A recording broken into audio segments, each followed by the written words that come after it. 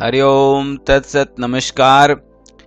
आज हम लोग हठ योग स्वरूप एवं साधना में मुद्रा के संबंध में पढ़ेंगे। मुद्रा यह हठ योग की जो सप्त साधना है, जिसमें षटकर्म से शुरू होकर के विभिन्न तरह के आसन, प्राणायाम, मुद्रा, धारणा, ध्यान, समाधि इत्यादि जो हम लोगों ने प्रथम अध्याय में पढ़े थे, उसमें यह तीसरे स्थान पर है मुद्रा। मुद्रा अर्थात एक सिंबॉलिक है। वस्तुतः यह एक आध्यात्मिक सिंबल है, यह एक आध्यात्मिक प्रतीक है। शरीर की वह विशिष्ट क्रिया जिससे शरीर के किसी अवयव विशेष की स्थिति विशेष में रखा जाता है, वह मुद्रा कहलाती है।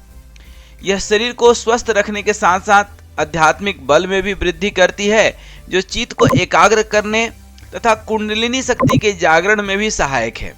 मुद्राओं के अभ्यास से इंद्रियां बाह्य जगत से संबंध विच्छेद कर अंतर्मुखी होकर प्रत्याहार की स्थिति निर्मित करती है। अभी हम विभिन्न मुद्राओं का सचित्र जो है वर्णन करेंगे, तो वहां भी आपको काफी कुछ समझ में आएगा। कहते हैं कि यद्यपि मुद्राओं का उद्देश्य आध्यात्मिक है, तथापि यह मानसिक एवं शारीरिक स्वास्थ्य के दृष्टिकोण से भी काफी लाभदायक है। हठ योग के ग्रंथों में मुद्रा और बंध का संयुक्त विवरण एक साथ मिलता है। बंध का अर्थात बांधना। अब ये बंध आप जो है मूल बंध, जालंधर बंध इत्यादि अवश्य ही सुने होंगे। उड़ियान बंध, जालंधर बंद और मूल बंद, ये तीन मुख्य रूप से बंद यहाँ पर आज हम लोग चर्चा में लेंगे। तो यह अंतः शारीरिक प्रक्रिया है। इसके द्वारा शरीर के विभिन्न अंगों तथा नाड़ियों को नियंत्रित किया जा सकता है। अब नाड़ी शोधन प्राणायाम में भी हम लोग चर्चा कर चुके हैं और आसन की तो विस्तृत चर्चा किए ही हैं। आज हम लोग मुद्रा और मुद्रा में अनेकानेक मुद्रा पढ़ने के साथ ही हम लोग मूल बंद, उड्डयन बंद और जालंधर बंद की भी व्याख्या देखेंगे। तो आप देख सकते हैं महामुद्रा, महाबंद, महावेद, खेचरी, उड्डयन, मूल बंद, जालंधर बंद, विपरीत करणी, प्रज्वली, शक्ति चालनी, यह 10 मुद्रा इस जो है हठ योग में बताए गए हैं। किसी किसी संहिता में, जैसे घेरण संहिता में 32 मुद्रा बताए गए हैं, कहीं पर 25 बताए गए हैं। तो मुद्रा अनेकों अनेक हैं। आप कभी गौतम बुद्ध को देखे होंगे तो वह एक विशेष प्रकार के ध्यान की स्थिति में बैठते थे। हमेशा ही अपने दोनों हाथों को एक विशेष प्रकार से वह रखते थे। तो वस्तुतः वह एक आध्यात्मिक मुद्रा है। इस चीज का नोटिस हम लोग बहुत कम करते हैं कि योगी महात्मा एक विशेष प्रकार से अपने हाथों को रखेंगे, शरीर की जो है बैठक रखते हैं। बहुत सारे महात्मा व्यासपीठ पर एक विशेष तरीके से बैठते हैं, हमारे आपके जैसे जो है आम आदमी की तरह नहीं बैठते हैं। तो महामुद्रा, नवोमुद्रा, उड्डयन बंद, जालंधर बंद, मूल बंद, महाबंद, महावेद, खेचरी, विपरीत करणी, योनि, वज्रोली, शक्ति चालनी, तड़ागी, मांडवी, सांभवी, पंचधारणा, अश्विनी, पासनी, काकी, मातंगी और भुजंगनी इत्यादि 25 मुद्राएं, जैसा कि हमने आपको बताया, जो योगियों को सिद्धि प्रदान करने वाली हैं। हठ योग के ग्रंथों में विभिन्न मुद्राओं एवं बंधों का विस्तार से वर्णन मिलता है। यहाँ सबसे पहले बंद पर चर्चा करते हैं हम लोग।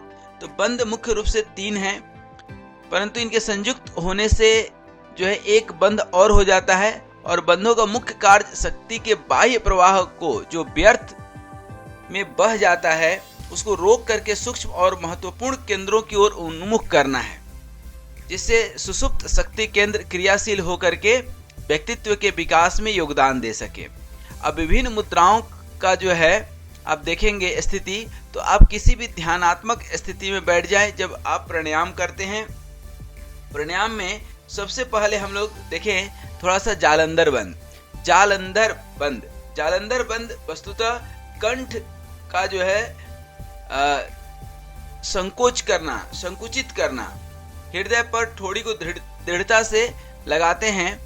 जब हवा को हम भर लेते हैं अपने फेफड़े में, हृदय के स्थली के पास, तो हम यहाँ पर कंठ के पास जो है हवा को रोक लेते हैं, बाहर नहीं निकलने देते हैं। इसी को जलांधर बंद कहते हैं। अर्थात कंठ मा कुंच्य हृदय स्थापय बुकम दृढ़म बंधो जालंधर राकोयम जरा मृत्यु विनाशक। अर्थात कंठ का संकोच करके हृदय पर थोड़ी को दृढ़ता से लगा लेने से जलांधर बंद होता है। यह जरा मृत्यु का नाश करने वाला बंद है। इसका विधि यदि हम देखेंगे ध्यान से, तो विधि में क्या है, किसी भी ध्यान के आसन में बैठकर दोनों हाथों को घुटने पर रखना है, आंखें बंद तथा रीढ़ की हड्डी सीधी रहनी चाहिए। यह प्रायः हर एक ध्यानात्मक आसन में है। गहरी श्वास लेकर कुंभक करें, सांस को लेना है और रोक देना है, और कंठ की आंतरिक मांसपेशियों को संकुचित करके ठुड्डी को छाती से सटा लेना चाहिए। ठुड्डी को छाती से आप सटा लेंगे तथा दोनों कंधों को कुछ ऊपर उठाएं जब तक आसानी से कुंभक की स्थिति में रह सकते हैं। तत्पश्चात जो है सिर उठा करके हाथों को जो है हाथों तक कंधे को शिथिल करके सिर को ऊपर उठाकर सामान्य स्थिति में फिर से आ जाना है। धीरे धीरे लय के साथ श्वास बाहर निकालना चाहिए। अर्थात कुंभक करके सांस रोक करके रखना है, जितना तक रख सकते हैं। इससे बहुत सारे फायदे हैं। गले के रोगों का नाश हो जाता है। थायराइड और पैराथायराइड ग्लैंड्स एक्टिव हो जाते हैं। हार्मोन का सिक्रेशन प्रॉपर होने लगता है। चय अपचय की क्रिया ठीक हो जाती है। स्फूर्ति, उत्साह और युवावस्था बहुत दिनों तक बनी रहती है। विशुद्ध चक्र को जागृत करने में भी सहायक है। जो कंठ के पास विशुद्ध चक्र होता है उसको जागृत करने में भी सहायक होता है। उसके बाद हम लोग आते हैं मूल बंध पर। मूल बंध अर्थात जिस तरह से वायु हम लोग कंठ के पास अभी रोके थे, ठीक उसी तरह से एड़ी से योनि स्थान अर्थात शिवनी नाड़ी के ठीक नीचे वायु एवं उपस्थ के मध्य भाग को दबा करके, मतलब मूत्र द्वार और गुदा द्वार के बीच का जो भाग है, ठीक ना, उसको दबाना है। वो दबा अर्थात आपका स्पाइनल कॉर्ड का जो इंड पोजीशन है उसको आप समझ सकते हैं, तो वह जो है आपका क्या है, आपका कहलाता है मूल जो है बंध। मूल बंध वस्तुतः मूलाधार चक्र से जुड़ा हुआ जो है, ठीक ना, इसीलिए उसको मूल बंध कहते हैं। अर्थात जो है गुदा का आकुंचन सिकोड़कर अपान वायु को, जो हमारे मूलाधार चक्र के आसपास जो वायु होता है उसको अपान वायु कहते हैं, कमर के आसपास, और उसको जो है ऊपर की ओर जो है खींचते हैं और जो है हवा को रोक करके रखते हैं कुंभक की स्थिति में, तो उसे ही मूल बंध कहते हैं। अर्थात जिस विधि से अधोगति वाले अपान वायु को बलपूर्वक आकुंचन द्वारा ऊर्ध्वगामी किया जाता है उसे योगी जन मूल बंध कहते हैं। इसका सिंपल सा मेथड है कि सिद्धासन में बैठकर दोनों हाथों को घुटनों पर रखकर मेरुदंड को सीधी रखनी है, आंखें बंद रहनी चाहिए, मन को मूलाधार चक्र पर केंद्रित करना है, कुंभक अथवा बाह्य कुंभक करके गुदा का आकुंचन कर इसे अधिक से अधिक ऊपर की ओर खींचे। यथासंभव कुंभक की स्थिति में रहकर अभ्यास करनी चाहिए। जब कुंभक की स्थिति में न रह सकें तब गुदा के आकुंचन को शिथिल कर दें। इससे फायदे क्या है कि बड़ी आंत की जो इनएक्टिवनेस है, ठीक ना, वो ठीक हो जाती है। कब्ज और अपच दूर होता है। इससे मल द्वार के सभी प्रकार के दोष जैसे बवासीर, भगंदर आदि दूर होते हैं। अपान वायु ऊपर खींचने पर जठराग्नि प्रदीप्त होती है जो पाचन शक्ति बढ़ाती है। यह मूलाधार चक्र को भी जागृत करने में सहायक है।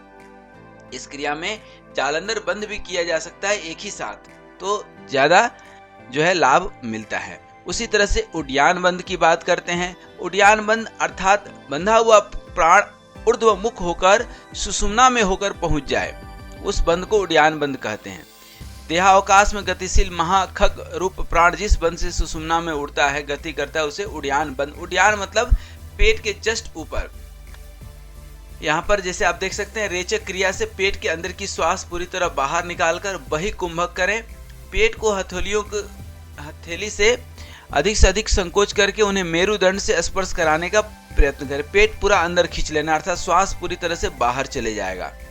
और बहिकुंभक की स्थिति में आराम से जितनी देर रह सकते हैं वेल एंड गुड।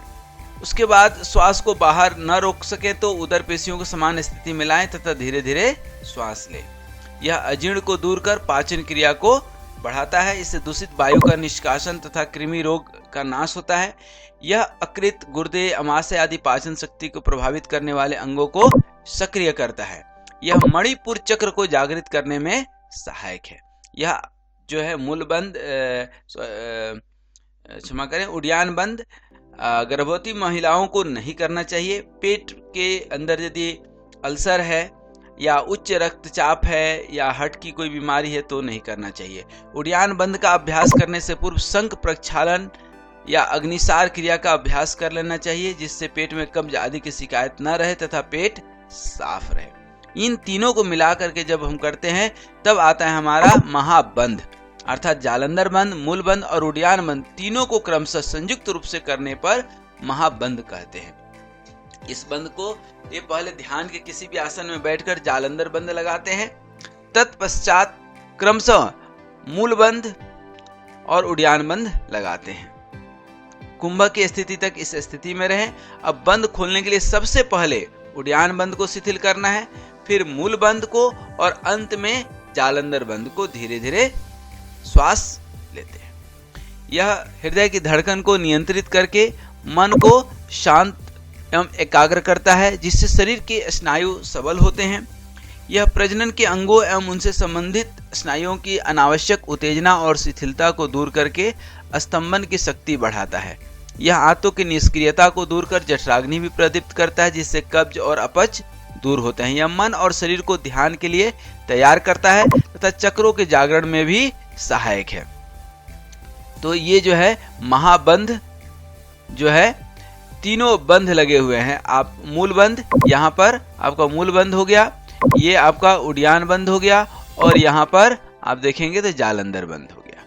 ठीक है, तो इस प्रकार से ये क्या हो गए, आपके तीनों बंध यहाँ पर आपको दिख रहे हैं। ठीक है, अब यहाँ पर आप देखिए महावेद। महावेद कैसे करते हैं आप देख पा रहे होंगे कि दोनों पैर फैलाकर बैठे आराम से। ये आप देख सकते हैं यहाँ पर ये जो है दोनों पैर फैला करके आराम से बैठ जाते हैं और दाएं पैर की एड़ी को पायु और उपस्थ के मध्य सीवनी नाड़ी पर रखकर दबाएं तथा सामने झुककर दोनों हाथों से पैर के अंगूठे को पकड़ें। श्वास अंदर लेकर उसके बाद पूरी तरह श्वास बाहर निकालकर सबसे पहले जालंधर बंद, फिर मूल बंद और उसके बाद उड्डयन बंद लगाएं। दृष्टि नासिका के अग्रभाग पर हो, जब तक संभव हो इसका अभ्यास करें। यह चित्त को एकाग्र कर मन को ध्यान हेतु तैयार करता है। यह बात तथा उदर विकारों में काफी लाभप्रद है। अब हम लोग अगले जो है मुद्रा में पहुंचते हैं, जो महावेद मुद्रा के बाद जो है महामुद्रा। ये बहुत ही लाभकारी मुद्रा है। सर्वप्रथम इसमें दंडासन में बैठ जाते हैं, दोनों पैर को आगे करके। तत्पश्चात दाएं पैर के एड़ी को जो है यहाँ पर आप देख सकते हैं पायु और उपस्थ के मध्य सीवनी नाड़ी के नीचे रखते हैं। सामने झुककर दोनों हाथों से बाएं पैर के अंगूठे को पकड़ते हैं। दीर्घ श्वास लेकर जालंधर बंद तथा मूल बंद लगाते हैं। दृष्टि भूमध्य पर रखते हैं। कुंभक की स्थिति में जब तक संभव हो सके रहें। तत्पश्चात धीरे से श्वास बाहर निकालें। पैर की स्थिति बदलकर इसका अभ्यास दूसरी तरह से करें, क्योंकि ये जो आपका बायां पैर है फिर अब दाएं की तरफ चले जाएगा और दाएं पैर के अंगूठे को पकड़ना है। यह चित्त को एकाग्र करने में, मन को ध्यान की अवस्था में लाने में सहायक है। यह उदर संबंधित समस्त विकारों में लाभ पहुंचाता है।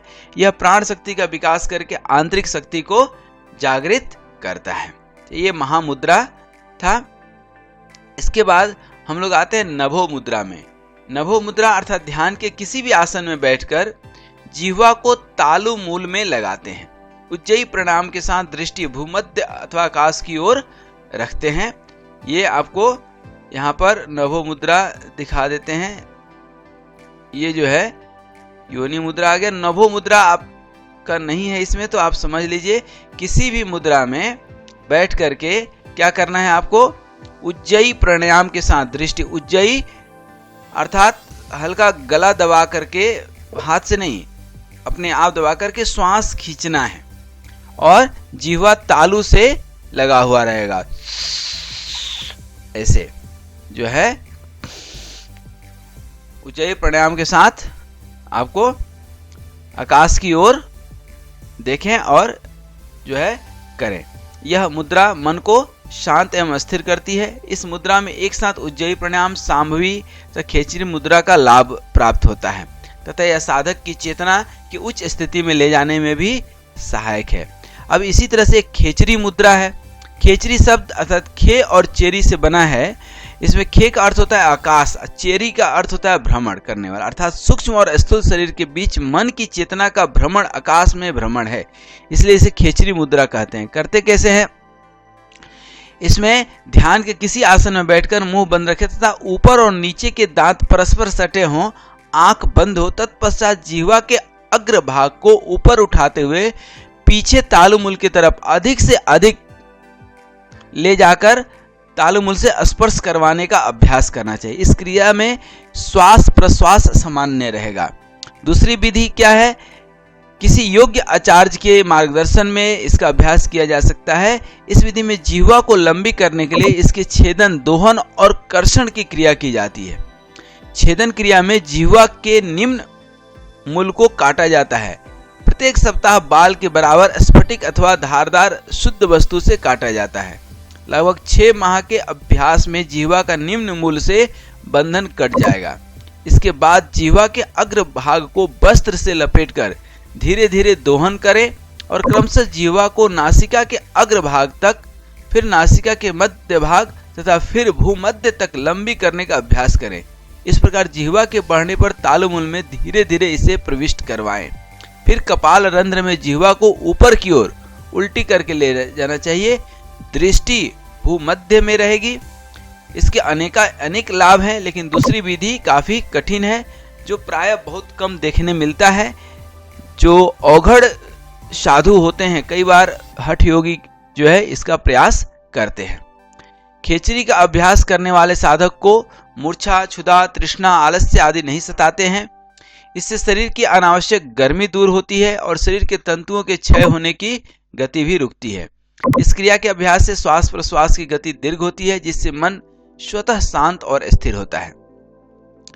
विपरीत करणी मुद्रा, यह मुद्रा इस सिद्धांत पर आधारित है कि प्रत्येक मनुष्य के नाभि मूल में सूर्य नाड़ी और तालुमूल में चंद्र नाड़ी का स्थान है। सहस्त्रार्थ से जब चंद्रमा का अमृत का प्रवाह होता है, तब सामान्य रूप से नाभि में स्थित सूर्य के तेज से वह नष्ट हो जाता है। यदि सहस्त्रार्थ से निकलने वाला चंद्रामृत तालुमूल में सुरक्षित रखा जा सके तो शरीर अमरता को प्राप्त होता है। वाले दोनों हाथों को परस्पर बांधकर सिर की उनके बीच कर भूमि में रखकर शीर्षासन के स्थिति में आए। पैर ऊपर की ओर सीधे रहे। फिर कुंभक के द्वारा वायु को रोकने का अभ्यास करें। प्रारंभ में कुछ क्षणों के लिए करें, धीरे धीरे अभ्यास बढ़ाएं।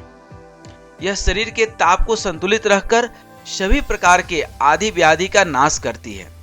जठराग्नि प्रदीप्त करती है। स्मरण शक्ति को बढ़ाने में सहायक है। शरीर की प्रतिरोधक क्षमता बढ़ाने में सहायक है। सुषुम्ना का प्रवाह मस्तिष्क की ओर करती है। उच्च रक्तचाप तथा हृदय के रोगी इसका अभ्यास न करें तो ज्यादा सही है, क्योंकि शीर्षासन करना अपने आप में ही थोड़ा सा कठिन हो जाता है। यह है योनि मुद्रा। ये कुछ विशेष तो नहीं है, लेकिन इस योनि मुद्रा को देख करके आप समझ गए होंगे कि योनि से संबंधित समस्त विकार ही सिर्फ दूर नहीं होते हैं, बल्कि इसके और भी अनेक फायदे हैं। सबसे पहले तो आप यहां देख पा रहे होंगे कि सिद्धासन में बैठ जाएं। सिद्धासन या ध्यान की किसी स्थिति में बैठ सकते हैं। दोनों हाथों के अंगूठे से कानों को, दोनों हाथों की तर्जनी से नेत्रों को और मध्यमा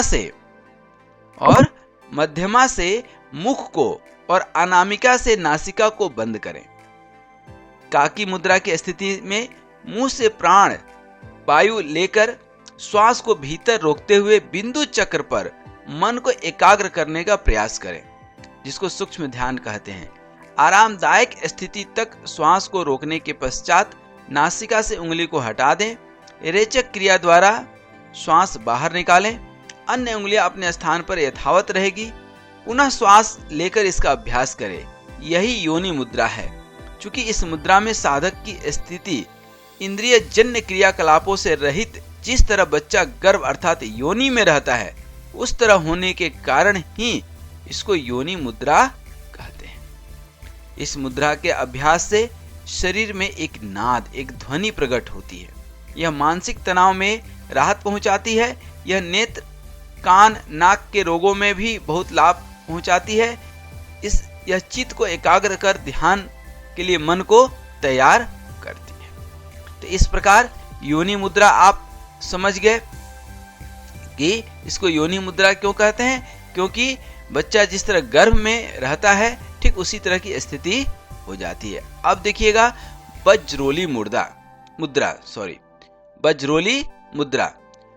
इसमें वज्र नाड़ी जो कि यौन ग्रंथि से जुड़ी है से संबंधित मुद्रा होने के कारण इसे वज्रोली मुद्रा कहते हैं। यह जो है वज्रोली मुद्रा, तड़ागी मुद्रा आ गया। वज्रोली मुद्रा की संभवतः चित्र की जरूरत नहीं है, इसीलिए इसमें नहीं दिया गया है। इसमें सिद्धासन अथवा वज्रासन में बैठकर दोनों हाथों को घुटने पर रखें। कुंभक की स्थिति में निम्न उदर प्रदेश के पायु और उपस्थ से संबंधित भाग का ऊपर की ओर आकुंचन करें अर्थात खींचें। फिर श्वास छोड़ते हुए इसको शिथिल कर दें। बाह्य कुंभक की स्थिति में भी निम्न उदर प्रदेश का आकुंचन करें। इस क्रिया की कुंभक की स्थिति में बार बार दोहराएं। इस विधि का अभ्यास किसी योग्य योगाचार्य के निर्देशन में ही करना चाहिए। जो दूसरा मेथड है किसका, वज्रोली मुद्रा का। इस क्रिया में मूत्र मार्ग में पहले कैथेटर नंबर 4 या 5 को डालकर प्रतिदिन 1 इंच अंदर की ओर डालते हैं। जब कैथेटर 10-12 इंच अंदर जाने लगे तो चांदी अथवा कांच की लगभग 15 इंच वाली नली को मूत्र मार्ग से धीरे धीरे प्रवेश कराकर अभ्यास करें। जब नली 10-12 इंच अंदर चली जाए तो नली के मार्ग से जल को ऊपर खींचने का अभ्यास करें। जब यह अभ्यास सध जाए तो दूध से इसका अभ्यास करें। जब दूध से भी अभ्यास सिद्ध हो जाए तब मधु और अंत में पारद से जो है अभ्यास किया जाता है। यह जो है प्रायः जो है न करे तो ही ज़्यादा अच्छा है, क्योंकि ये हठ योगी में जो बहुत बड़े साधक होते हैं वही कर पाते हैं, क्योंकि मूत्र मार्ग से शहद खींचना, दूध खींचना इतना आसान नहीं होता है। इसके लिए बहुत लंबा अभ्यास चाहिए होता है। यह जो है प्रायः ब्रह्मचर्य पालन के लिए उपयोगी क्रिया है। यह पायु और उपस्थ से संबंधित सभी प्रकार के रोगों में लाभ पहुंचाती है। इससे स्नायु नियंत्रण और स्थिरता प्राप्त होती है, जिससे ध्यान आदि योग के उच्च साधन के लिए भूमिका तैयार होती है। सामान्य वज्रोली मुद्रा में अभ्यास सरल होने के कारण कोई खतरा तो नहीं है, परंतु दूसरी विधि योग्य व्यक्ति के निर्देशन में ही करें तो ज्यादा अच्छा है। 12वां शक्ति चालिनी मुद्रा। शक्ति चालिनी मुद्रा की यदि हम बात करें तो इस सिद्धासन में बैठकर दोनों हाथों को दोनों घुटनों के ऊपर रखना है। श्वास के द्वारा प्राण वायु अंदर लें तथा पायु और उपस्थ का निम्न उत्तर प्रदेश को ऊपर की ओर खींचे और उड्डयन बंद लगाएं। निम्न उदर प्रदेश के आकुंचन और झिझलन से सुषुम्ना का प्रवाह प्रारंभ हो जाता है, जो कुंडलिनी शक्ति के जागरण में सहायक होता है। यह आंतरिक शक्ति के जागरण में भी सहायक है। बवासीर गुदा से संबंधित विकारों में भी उपयोगी है। अब देखिए तड़ागी मुद्रा। पश्चिमोत्तासन जैसे करते हैं ठीक उसी आसन में आकर के दोनों पैर के बीच कुछ दूरी बना लेते हैं, और कुछ क्या काफी दूरी बना लेते हैं, और दोनों हाथों से दोनों पैरों के अंगूठे को पकड़ते हैं। दीर्घ पूरक करके पेट की स्नायुओं को बाहर की ओर फैलाते हैं। जब तक संभव हो अंतः कुंभक लगाएं, तत्परांत रेचक करते हैं। यह उदर से संबंधित विकारों को दूर करता है और पाचन शक्ति को बढ़ाता है। यह शरीर के प्रतिरोधक क्षमता को भी जो है बढ़ाता है और कार्य क्षमता भी बढ़ाने में सहायक है। तो इसको बोलते हैं तड़ागी मुद्रा। इसी तरह से एक मांडुकी मुद्रा है। ध्यान के किसी भी आसन में बैठकर दोनों हाथ को दोनों घुटने पर रखते हैं और चिन्ह मुद्रा की स्थिति में जो है रह करके मुंह को बंद करें। मुंह को बंद करके जिह्वा को मुंह के अंदर चारों ओर घुमाकर जिह्वा को तालु मूल में लगाकर चंद्रामृत का पान हो रहा है ऐसा भाव रखें और अभ्यास करें। इससे लार ग्रंथि सक्रिय होती है जो भोजन को पचाने में सहायक है। यह स्वास्थ्य उत्तम करने का साधन है। इससे चेहरे की झुर्रियां भी दूर होती है। एक आसन है सांभवी मुद्रा। सांभवी मुद्रा का खूब नाम सुने होंगे। यह भी एक सिद्ध आसन है, मुद्रा है। इससे कई प्रकार के लाभ हैं।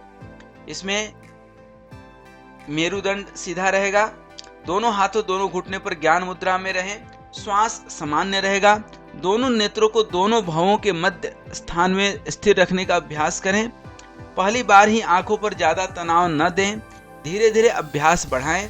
आंखें थकने पर बंद कर दें, फिर अभ्यास जो है आप बढ़ा सकते हैं। देख सकते हैं आंख को ऊपर हम कर रहे हैं, ध्यान जा रहा है।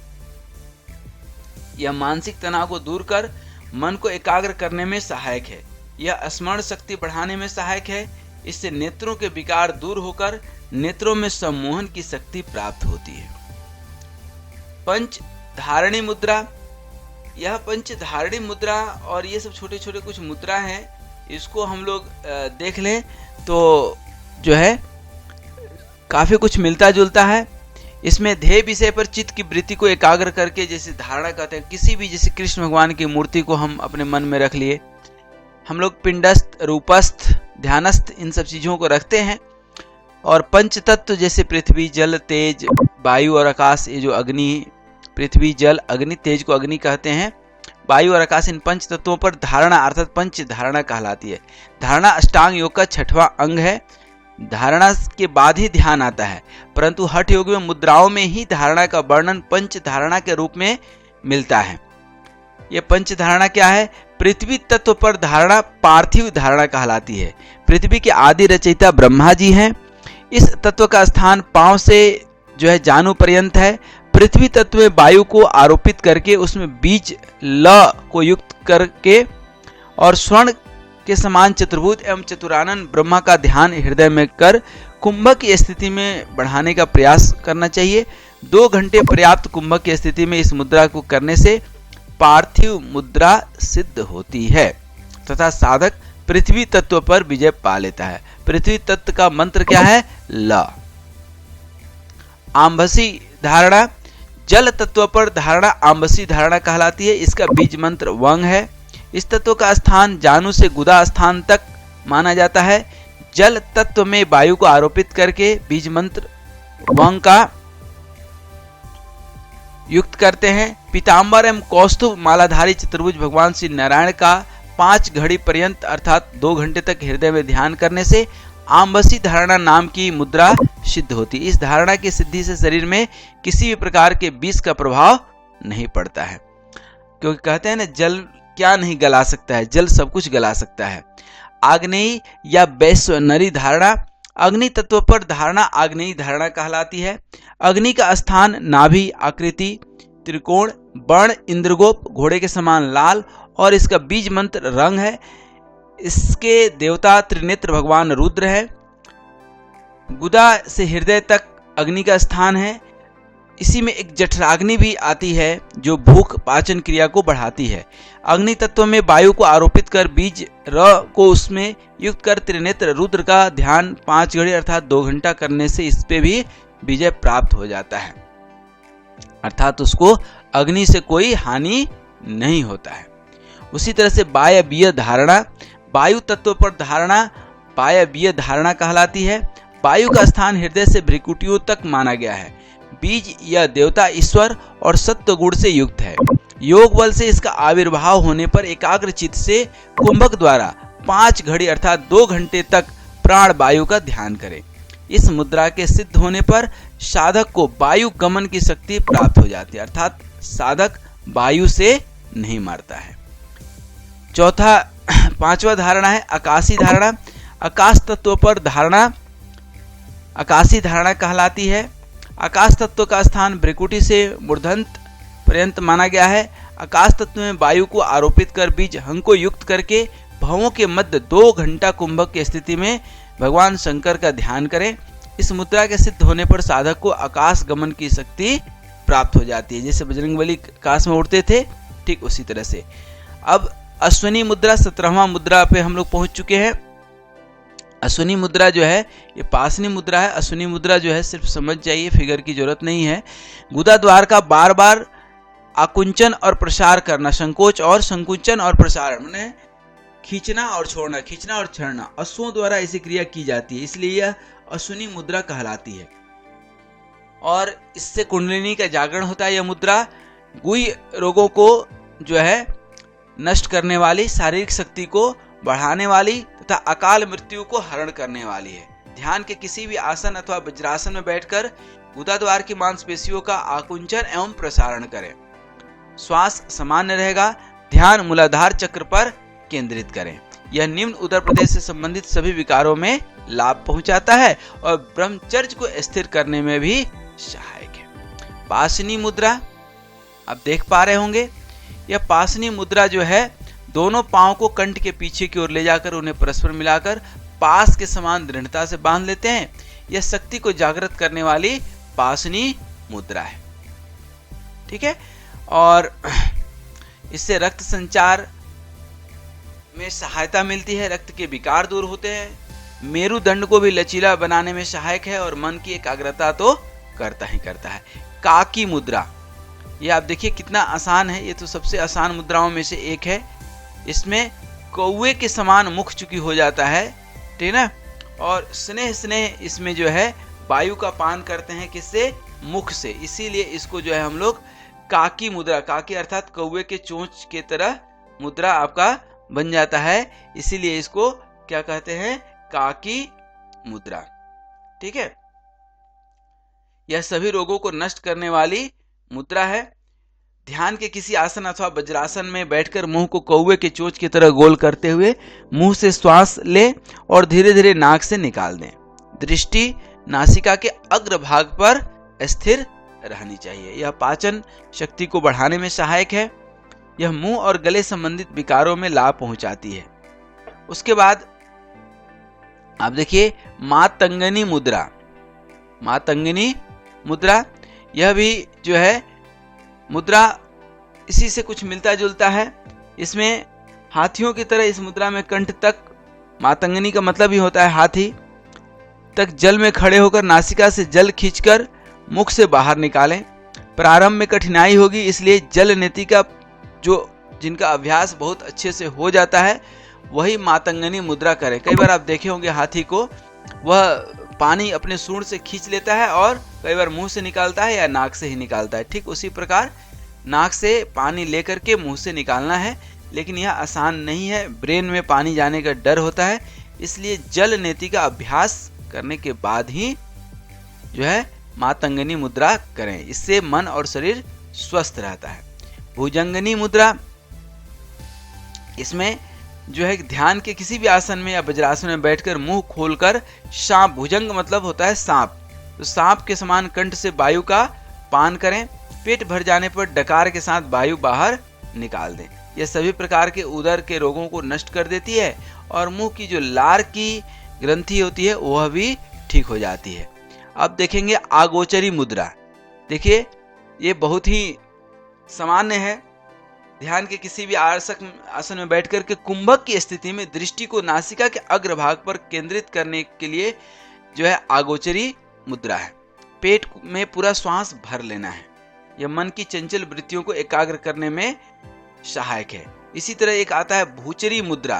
ध्यान के किसी आसन में बैठकर नासिका से लगभग, भूचरी मुद्रा का शायद चित्र नहीं दिया है तो कोई बात नहीं है, इसमें जो है समझ लीजिए यह मन की चंचल वृत्तियों को रोकने में सहायक है।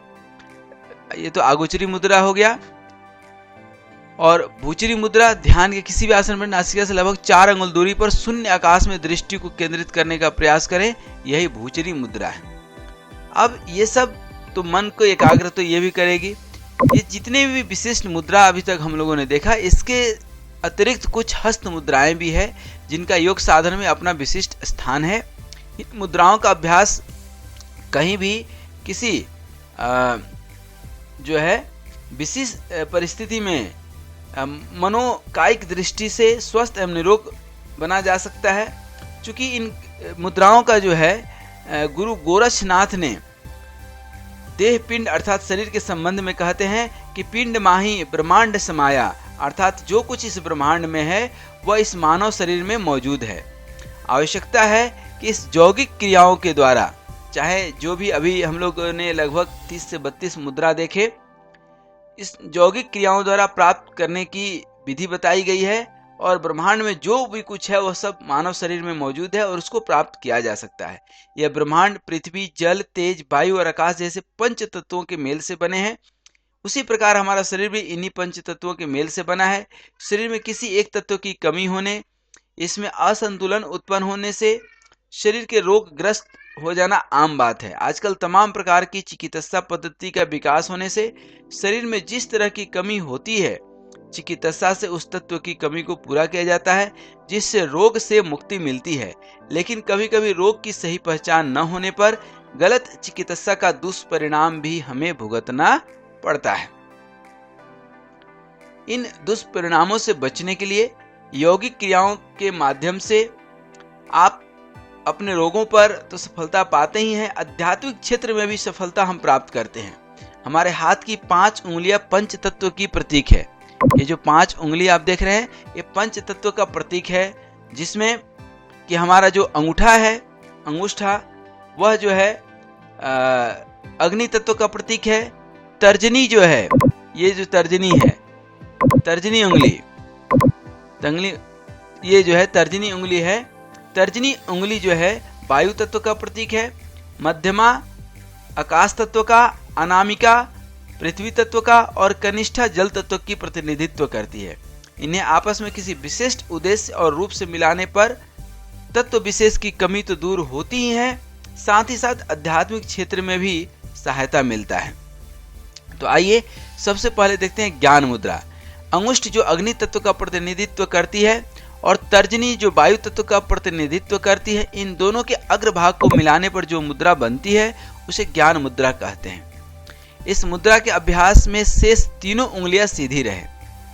सिर्फ हम लोग तर्जनी और अंगूठे को पकड़ते हैं, बाद बाकी और सभी जो है उंगली आप देख सकते हैं, तीनों उंगली बिल्कुल सीधी है। तीनों उंगली क्या होंगी? बिल्कुल सीधी होंगी। इस मुद्रा में अग्नि और वायु के तत्व के मिलने से प्राण शक्ति तेज हो जाती है और इस मुद्रा के अभ्यास से, इसका नाम चूंकि ज्ञान मुद्रा है, तो हमारी जो है स्मरण शक्ति भी बढ़ती है। दूसरा चिन्ह मुद्रा।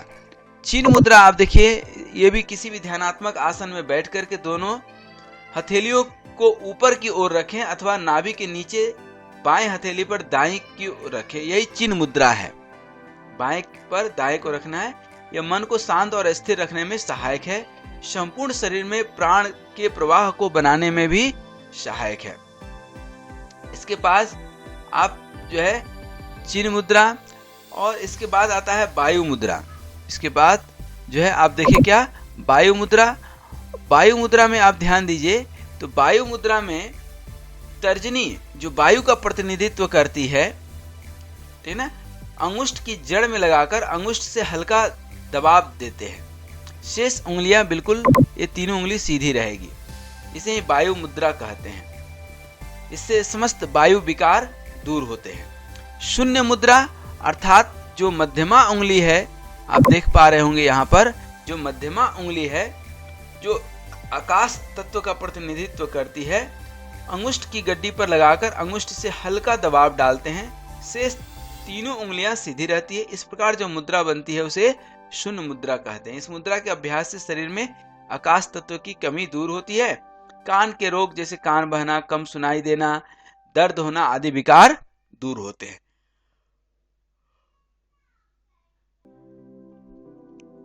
उसके बाद हम लोग देखेंगे पृथ्वी मुद्रा। पृथ्वी, जैसा कि हमने बताया कि अनामिका उंगली जो है पृथ्वी का प्रतिनिधित्व करती है। इसको अंगुष्ठ के अग्रभाग से मिलाने पर शेष उंगलियों को जो है सीधा रखने से जो मुद्रा बनती है उसे ही पृथ्वी मुद्रा कहते हैं। इस मुद्रा के अभ्यास से पृथ्वी तत्व की कमी दूर होती है। इस मुद्रा के नियमित अभ्यास से शरीर की दुर्बलता और कमजोरी दूर की जा सकती है। प्राण मुद्रा की बात करें तो जो है ये प्राण मुद्रा आप देखिए दोनों उंगली लिए हैं, अनामिका और कनिष्ठ उंगली जो है, और इसको अंगूठा के अग्रभाग से मिला देते हैं। बाकी के दो उंगली जो बच रहे हैं आपके तर्जनी और मध्यमा, वो बिल्कुल सीधे रहेंगे। इसके करने से प्राण तत्व की कमी दूर हो जाती है और शरीर की शक्तिहीनता भी दूर होती है। अपान मुद्रा, अपान मुद्रा किसे कहते हैं? तो देखिए ये है अपान मुद्रा।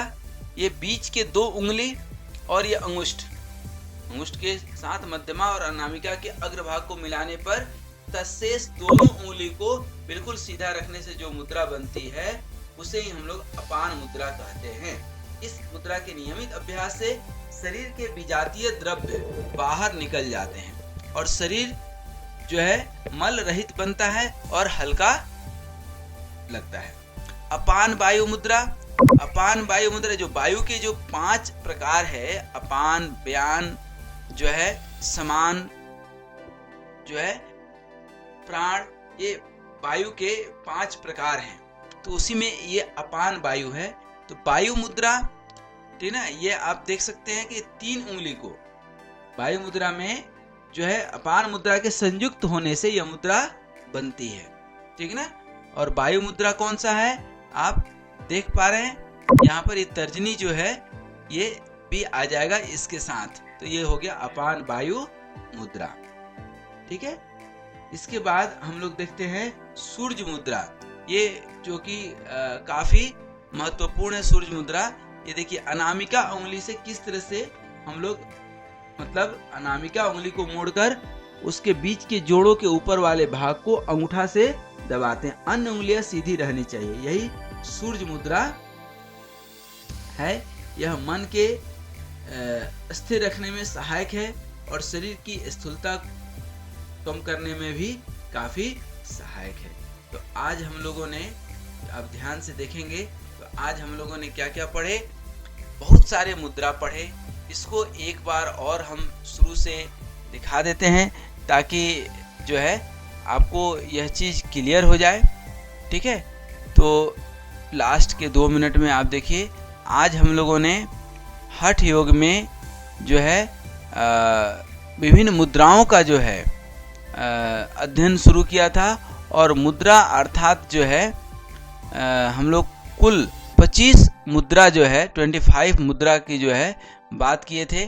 तो मुद्रा में सबसे पहले उन 25 मुद्रा का हम नाम पढ़ दें।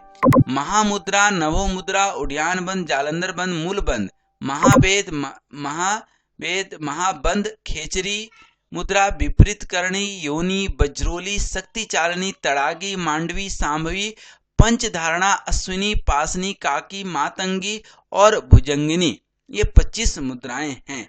इसके अलावा जो है ज्ञान मुद्रा, पृथ्वी मुद्रा, वायु मुद्रा, अपान वायु मुद्रा इत्यादि हम लोग काफी विस्तृत में देख चुके हैं। तो ये जालंधर बंद जिसमें कंठ के पास वायु को रोकते हैं।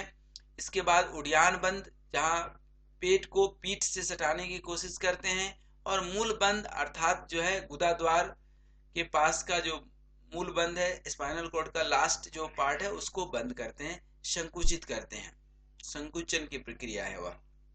इस तरह से अब महाबंद हो गया, महावेद मुद्रा है, और इसके बाद जो है आप महामुद्रा देखें। और इसी तरह से ब्रह्म मुद्रा भी एक होता है, जब वज्रासन में बैठ करके अपने गर्दन को दाएं बाएं जो है ले करके जाते हैं, पीछे की ओर ले जाएंगे, बिल्कुल पीछे की ओर। फिर उसको धीरे से कभी किसी वीडियो में बना करके बताऊंगा, ठीक है। तो ये सब मुद्रा हैं जो मुख्य रूप से थे वो हमने बताने की कोशिश किया है। ये तड़ागी मुद्रा हो गया आपका, ये जो है सांभवी मुद्रा है, और जो है ये आकाशी धारणा मुद्रा है, और ये हो गया पासनी मुद्रा, ठीक है ना। इसी तरह से आपको जो है एक काकी मुद्रा हो गया जिसमें कौवे का मुख बनाते हैं। मातंगी मुद्रा ये थोड़ा सा काफी मुश्किल है तो ये मत कीजिएगा।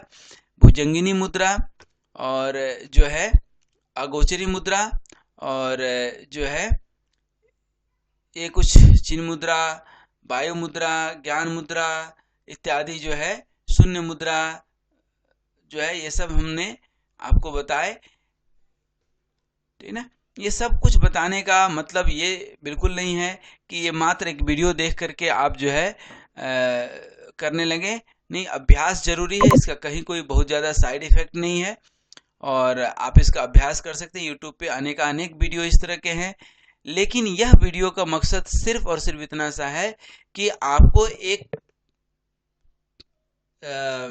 थोड़ी जानकारी जो है कि मुद्रा में क्या है, और खास करके जो यौगिक वाले बच्चे हैं, योगा वाले जो नेट वगैरह की परीक्षा देते हैं, उनके लिए यह अध्ययन जो है, उनको चलते फिरते, चूंकि समय है आज डिजिटल युग है, तो यह एक सुविधा है कि आप कहीं भी बैठ करके इसका कान में आप लगा करके सुन सकते हैं। तो इससे आपको सारे मुद्रा का जो है एक अभ्यास हो जाता है कि किस मुद्रा को क्या करने से क्या लाभ होते हैं और किस प्रकार करना चाहिए।